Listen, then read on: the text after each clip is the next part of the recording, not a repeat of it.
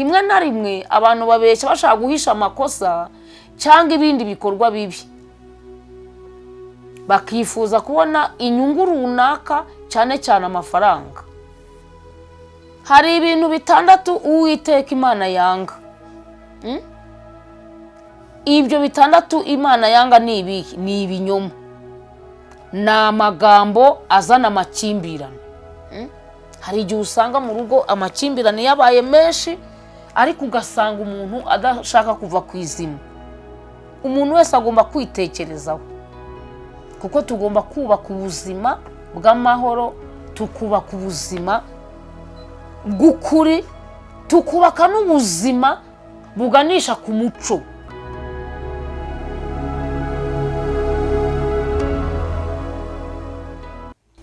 Tubahaye ikaze mwese abakunda gukurikirana umuryango mugari wa Kubaha Uwiteka TV. Tewe murebe imbere, nitwa Nyiranzabayimana Sophie, nze kubagezaho ibiganiro. Ubushize nabagejejeho ingaruka z'ikinyoma ku muntu uwo ari we wese. Noneho uyu munsi tugiye kuganira ikinyoma mu ngo nuko gisenya umuryango. Umuryango uhamye ushingiye ku kuri, icyizere n'ubunyangamugayo. Iyo ikinyoma cyinjiye mu rugo, gisenya uwo musingi gake gake, kugeza ubwo umuryango ubaho mu gushidikanya no gutinya. Ikinyoma ntabwo ari ijambo ribeshya gusa, n'imico iba irimo kwishakira inzira y'ubuhungiro mu mwijima. Aho ngaho ukuri kuba kutagisobanurwa. Ese ikinyoma gituruka hehe?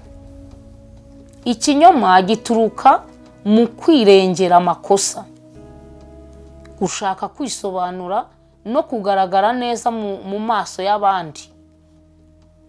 Inzika yo kutavuga ukuri bitewe n'uko mu rugo hatabamo ubwizerane. Guhishira ibindi bibi nk'ubusinzi, gucana inyuma, cyangwa imico itari myiza. Aho ikinyoma cyinjiye, umuntu acika ku mico y'ukuri kandi ntabone umwanya wo kwamamaza ko yitwara mu mucyo. Ingaruka z'ikinyoma mu muryango. Ikinyoma ntikigera kiba gito. Niyo gitangiriye ku kantu gasa n'akoroheje, rihinduka isoko y'ibindi byinshi bibi.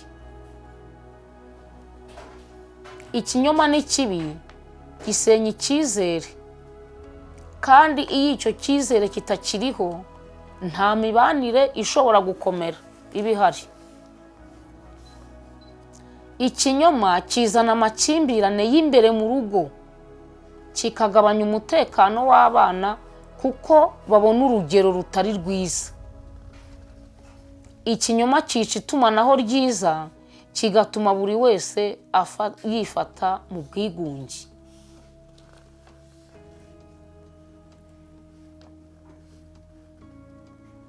Uko umuryango ushobora kurandura ikinyoma. Umuryango ushobora kurandura ikinyoma ari uko ufashe umwanzuro wo kuvugisha ukuri. Niyo byahombye umuntu, ariko umuntu agomba gufata umwanzuro wo kuvugisha ukuri. Bijya bishoboka yuko umuntu ashobora kuvuga ukuri agahomba, ariko biramutse byatuma uhomba, wavugisha ukuri aho kugira ngo uture mu kinyoma. Hari imirongo yo muri Bibiliya itwereka yuko n'ijambo ry'Imana ritemera abanyabinyoma. Ndetse umuryango ni ijuru ritoya. Ibyishimo byo mu muryango niyo ntangiriro y'ibyishimo bizaba mu ijuru. Ikinyoma rero ni ikintu kijya mu muryango kigasenya ibyo byishimo, kikamaraho umutekano kugera ku rwego rw'uko abantu bahasigara bari kurebana y'ingwe. Abanditsi banditse Bibiliya babonye yuko ikinyoma ari kibi gishobora no kumunga umuryango.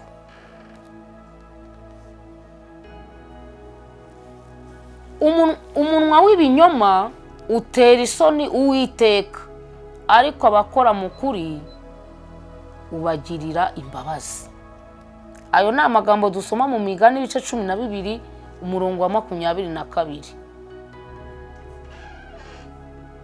Uyu mugabo witwa Salomo yabonye yuko umuntu ukunda kuvuga ibinyoma utera isoni Uwiteka.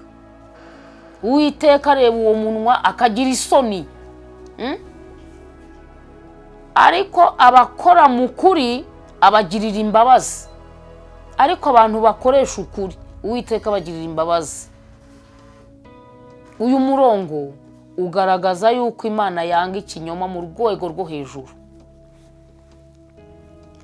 Iyo dusomye mu Migani ibice 19 umurongo wa mbere, havuga yuko urangwa n'ubunyangamugayo ari umunyabwenge ugira ibyiza kurusha ufite iminwa y'ibinyoma.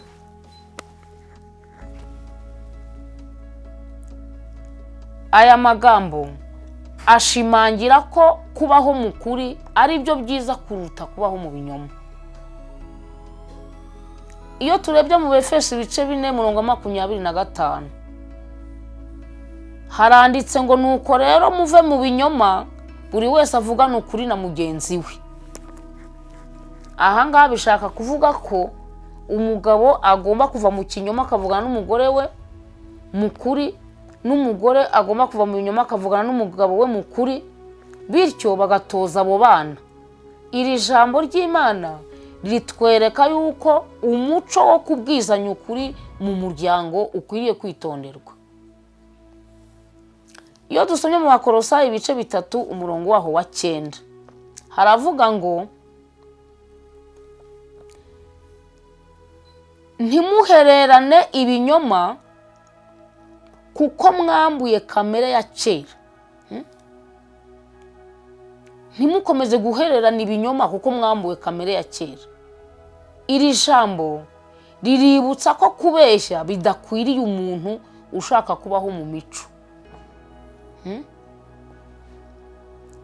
Iri jambo ritwereka yuko umuntu wakiriye Yesu Kristo, umuntu w'umukristo, umuntu muzima ufite ibitekerezo bikora neza, adakwiriye kubaho iminwa ye irangwa no kubeshya cyangwa umutima we urangwa n'uburiganya. Iyo dusoma mu Migani 14 umurongo wa 5, haranditse ngo uhamya ukuri ntabeshya, ariko umuhamya w'ibinyoma avuga ibinyoma gusa. Uyu murongo ugaragaza itandukaniro riri hagati y'abanyakuri n'ababeshyi. Iyo dusomye Imigani 6:13 kugera ku 9, haranditse ngo hari ibintu 6 Imana yanga, harimo n'umuhamya w'ibinyoma n'uzana amagambo y'amakimbirane. Imana iyo yitegereje mu bantu ikumva ibyo bavuga, ikareba ibyo bakora, igaya umuntu ufite ururimi rugoreka ruzana amakimbirane. Uyu murongo ugaragaza itandukaniro riri hagati y'umunyakuri n'umubeshi. Amagambo yo muri Bibiliya Imana yagaragaje ko idashyigikiye ibinyoma ni menshi. Hari ibintu 6 Uwiteka Imana yanga. Ibyo 6 Imana yanga ni ibihe? Ni ibinyoma, na amagambo azana amakimbirane. Hari igihe usanga mu rugo amakimbirane yabaye menshi, ariko ugasanga umuntu adashaka kuva ku izima. Umuntu wese agomba kwitekerezaho, kuko tugomba kubaka ubuzima bw'amahoro, tukubaka ubuzima bw'ukuri, tukubaka n'ubuzima buganisha ku umuco w'abantu bajya mu ijuru. Iyo dusomye Zaburi ibice 34 ku murongo wa 13 na 14 haravuga ngo urinde ururimi rwawe ibibi n'iminwa yawe ye kugira ibinyoma, ushaka amahoro kandi uyakurikire. Imana irashaka yuko dushyiramo umuhati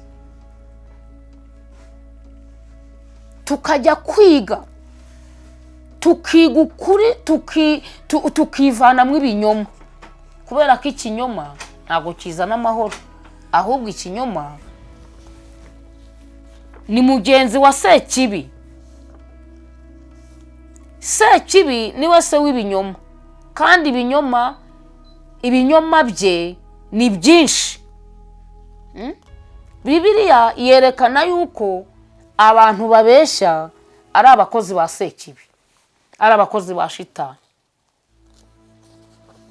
Nubwo rimwe na rimwe abantu babikora bakubona nta nkurikizi, ndetse kugeza ku gihe babihindura ubuzima, bakumva amakimbirane ari ubuzima, bakumva ibinyoma ari ubuzima, bakumva ari ubuzima. Ariko Bibiliya ye iravuga ngo umuntu nashaka amahoro, agashaka kubaho neza, arinda iminwa ye kuvuga ibinyoma. Ukuri ni umusingi w'imibereho myiza y'urugo,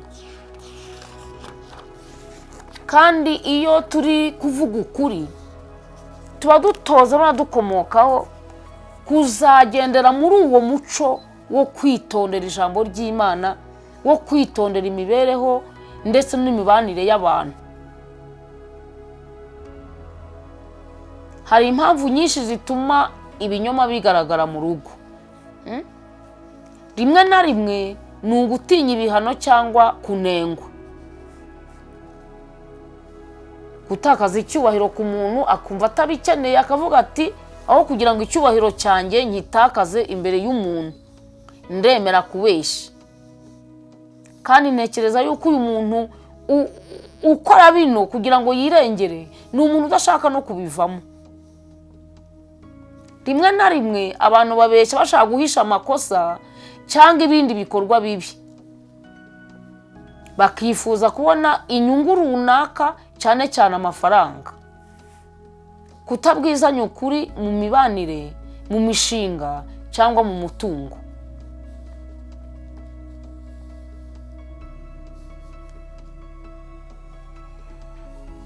Abantu bakunze kugira ibinyoma byinshi mu ngo, kandi rimwe na rimwe abantu babikora baba bumva ari nta cyaha kirimo, ndetse abenshi bakavuga ko ari amahame y'abagabo cyangwa y'abagore.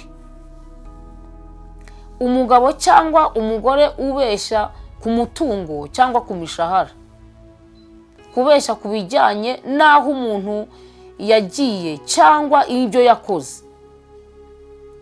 Umwana ashobora kubeshya mu masomo, akanabeshya yuko amafaranga y'ishuri bamuhaye yatakaye, cyangwa se akabeshya ku ntambwe ya discipline, ashaka kuvuga yuko ku kigo bamugendaho bakamubeshyera.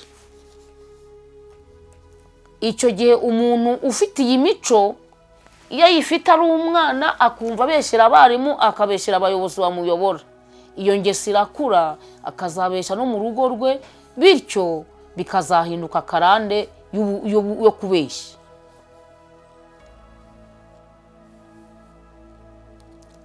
Kubeshya rero bigira ingaruka nyinshi mu ngo. Bitakaza icyizere hagati y'abashakanye n'abana. Amahuriro menshi yo guterana amagambo no gushwana nibyo bibaranga.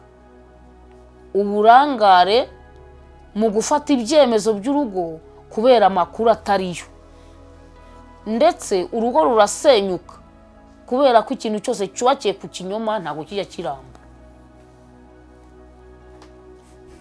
Ikinyoma dukwiye kukirwanya. Ikinyoma dukwiriye kukirwanya ntikirangwe mu ngo, kubera ko iyo ikinyoma cyinjiye mu rugo kiba kirukanye umwuka wera. kugira ngo rero icyo kinyoma kive mu rugo nuko buri muntu wese agomba guca bugufi, ibiganiro byo hagati y'abashakanye bikarangwa n'amahoro, kandi umuntu wese akavuga ukuri nk'uko kuri mu mutima. Gushyiraho amahame yo kubwizanya ukuri nta gutinya, no gutoza abana imico y'ubunyangamugayo bakiri bato, kuba mu mucyo ku bijyanye n'amafaranga na gahunda z'urugo ndetse n'imibanire. Urugo rudasenga ntirushobora kuvugisha ukuri. Mu buzima bwacu bwa buri munsi tuba dukwiye kurangwa n'amashengesho ndetse tukarangwa no kwihana ibyaha. Umugabo witwa Daniel we ngo yasengaga 3 ku munsi. Gusenga 3 ku munsi byatumaga ari nta cyaha kibasha kurangwa mu bugingo bwe, cyangwa kihaba imbata. Aho ikinyoma cyinjiye, umuntu acika ku mico y'ukuri kandi ntabone umwanya wo kwamamaza ko yatwara mu mucyo. Aho ikinyoma cyinjiye, ukuri kurahunga. Kandi iyo ikinyoma cyinjiye bigira ingaruka nyinshi. Bigira ingaruka nyinshi cyane.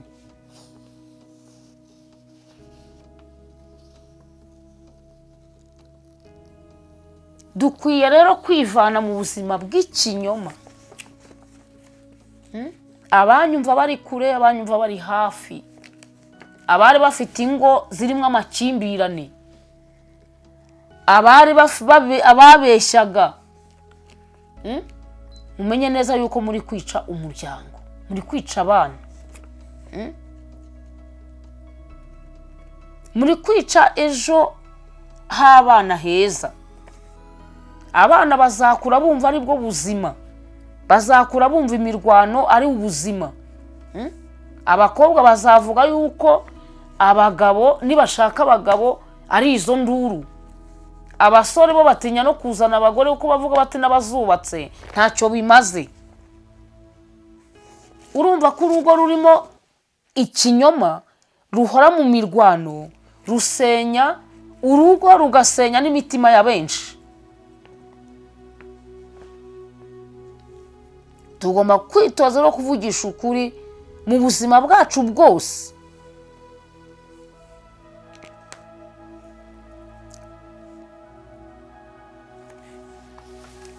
Nituramuka dufashe umwanzuro, umuntu wese mu buzima bwe agashyigikira ukuri, ni ukuvuga ngo tuzaba twubatse umusingi w'amahoro ndetse n'ineza, ubwizerane ndetse n'umutekano. Buri muryango wose ugomba guharanira kubana mu mucyo, kandi ugaharanira kurera abana neza, gukundana no kugera ku iterambere bifitanye isano n'umutima mwiza. Umuntu urangwa n'ibinyoma ntashobora kugira umutima mwiza. Umuntu urangwa no kubeshya ntashobora kugira umutima mwiza. Umuntu urangwa n'intonganya nawe ubwe ntashobora kugira amahoro. Iyo umuntu rero adafite amahoro ayabuza n'abandi. Ari nayo mpamvu umuntu agomba kwiheraho, yiyubaka kugira ngo abone nuko yubaka abandi. No mu buzima busanzwe bigeze baca umugani ngo umuntu atanga icyo afite. Niba umuntu afite amakimbirane, akaba afite ibinyoma, akaba afite imirwano, ni ibyo azatanga, kandi abazajya bamureba ni ibyo bazajya bamumenyeraho. Birakwiye rero yuko buri muryango uhinduka, buri muntu agahinduka, urubyiruko rugahinduka rugaharana gusenya ibinyoma, abubatse ngo bagahinduka bagasenya ibinyoma, abakristo abitwa ko bakirijwe bagahinduka bagasenya ibinyoma. Tugasenya ibinyoma ahantu hose dushobora kugera, kugira ngo tubashe kubaho mu mahoro kandi n'ijuru ribashe kutwishimira. Nuko dutera intambwe tugafata umwanzuro wo kuvugisha ukuri.